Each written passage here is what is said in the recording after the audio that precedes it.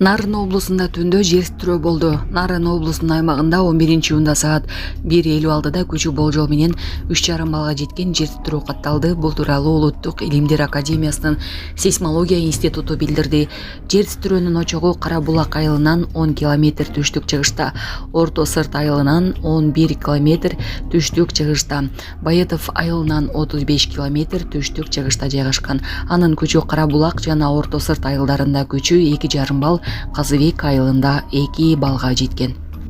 Алтын кум эс алуучу жайынан көлгө белгисиз суу куюлуп жатат деген видео боюнча жооп беришти. Кече 10-июнда социалдык тармактарда жарыяланган видео боюнча президенттин Ысык көл облусундагы өкүлчүлүгүнөн маалымат беришти. 10-июнда социалдык тармактарда Бостер айылындагы Алтын кум пансионаттын пляж аймагында агып жаткан суунун видеосу тараган. Ушул жылдын жаз айларында пансионаттын аймагында пляж зонасын реконструкциялоо иштери жүргүзүлгөн. Бул иштердин алкагында сел сууларын өткөрүүчү жаңы канал курулган. Аталган канал сел жүргөн учурда сууну өз нугунда өткөрүп, пансионаттын жана ага жанаша жайгашкан аймактардын суу каптоонун коркунучун азайтуу максатын көздөйт. Мурунку колдонулуп келген канал эскирип, коопсуздук талаптарына жооп бербей калган. Жаңы канал инженердик талаптарга ылайык курулуп, учурда эс алуучулар үчүн коркунуч жаратпайт деп айтылат маалыматта. Булак Серепкежи. Үйлөнмөкмүн, элдер күтүп жатат. Бишкекте авто ийин баштык жасаган той кортежине айып салынды. Номурун жашырып авто ийин баштык жасаган той кортежине 30.500 сом айып салынды. Бул тууралуу Ички иштер министрлигинин жол кыймылынын коопсуздугун камсыздоо башкармалыгынан билдиришти. Май коюучу жайлардын биринде BMW унаасынын айдоочусу мамлекеттик номурун атайын чечип, авто ийин баштык жасап жаткандыгы боюнча видео тараган. Бул факты боюнча издөө иштери жүргүзүлүп, жол кыймылынын коопсуздугун камсыздоо башкармалыгы тарабынан айдоочусу аныкталып, авто ийин баштык жасагандыгы жана мамлекеттик номурун чечип жашыргандыгы үчүн 30.500 сом айып салынып, унаасы айып короо жайына токтотулду. Ассаламу алейкум, урматтуу кыргыз элим. Мен Кубанычбек кызы Кымбат. Мындан алдында сиздерден жардам сурап кайрылган элем. Улум Мухаммад азыркы учурда 4 жашта. Мындан 3 жыл мурун жол кырсыгынан улам башынан оор жарат алып, баса албай калган. Бизге дагы $5.000 ашык каражаты жетпей турууда. Сумма врачтар тарабынан өзгөрүлгөн үчүн сиздерден жардам сурап кайрылдык элек. Мындан операциясына жардам кылып кетиңиздер. Сиздерден суранчы Алланын ыраазычылыгы үчүн. Баланын бир жери ооруса, эненин жүрөгү ооруйт дейт. Ушу балам дагы көптүн катарында басып кетишин каалаймын. Мындан алдында ошончо жардам берип келиңиздер. Берген жардамыңыздарга Аллах таалам ыраазы болсун. Азыркы учурда бизге 5 сом, 10 сом болсо да аябай чоң жардам болууда. Баламдын басуусуна себепкер болуп коюңуздар. Жардамга колун сунам деген мусулман бир туугандар реквизит номерлер Эмбанк Кымбат К деп чыгат. 3197 аягы. Ошол эле номерде деньги бар, баланс кылып салам дегендерге. Россия өлкөсүнөн котором дегендерге Сбербанк бар. Самаган деп чыгат. 0600. Өзүмдүн энем азыркы учурда Россия өлкөсүндө мигрант болуп иштеп жүрүүдө. Жардамыңыздардан Аллах таала ыраазы болсун. Буга чейинки жардамдарыңызды дагы алып жатабыз. Бөйрөктөр эзилип кетет. Исхак Масалиев шаар четиндеги жолдорду оңдоо керектигин айтты. Бүгүн 18-июндагы жогорку кеңештин жыйынында депутат Исхак Масалиев Бишкек шаарынын четиндеги конуштарга алып бара турган жолдорду оңдоо боюнча план түзүлүшү керектигин айтты. Ал мунун үстүнөн транспорт министрлиги иш алып баруусу керек дейт. Борборубуздун айланасындагы жолдор талкаланган. Кээ бир жолдор советтик мезгилден бери турат.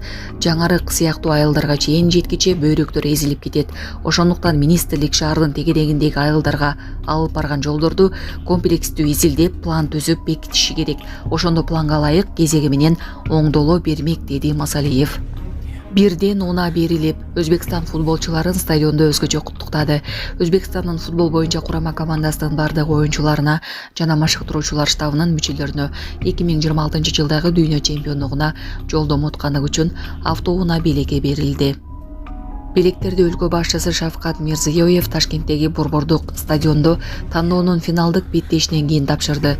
Бул беттеште Өзбекстан Катарды 3-0 эсебинде утуп алды.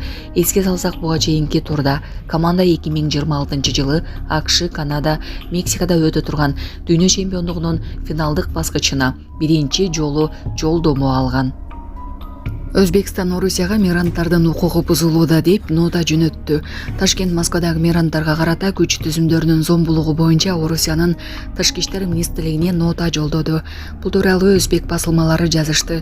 Маалым болгондой, Өзбекстандын Тышкы иштер министрлиги Москвада өткөн рейд учурунда күч түзүмдөрүнүн эмгек мигранттарына карата жасаган ур токмок, кемсинтүү, ар намысын тебелөө фактыларына тынчсыздануусун билдирди. Өзбекстан тарапындай көрүнүштөр эки өлкөнүн достук мамилелерине толугу менен туура келбестигин, муну алдын алуу үчүн конкреттүү чаралар көрүлүшү керектигин белгиледи. Орусиянын тиешелүү мекемелерин Өзбекстандын жарандарына урмат-сый менен мамиле кылууга, алардын ар намысын тебелебөөгө чакырабыз деп айтылат билдирүүдө.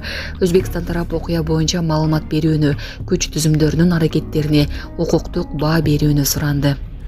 Эске салсак, 10-июнда Москванын Строгино районундагы коргоо министрлигине караштуу объектте жайгашкан эмгек мигранттардын жатаканасына күч органдары катаал рейд жүргүзгөнү боюнча видео тараган.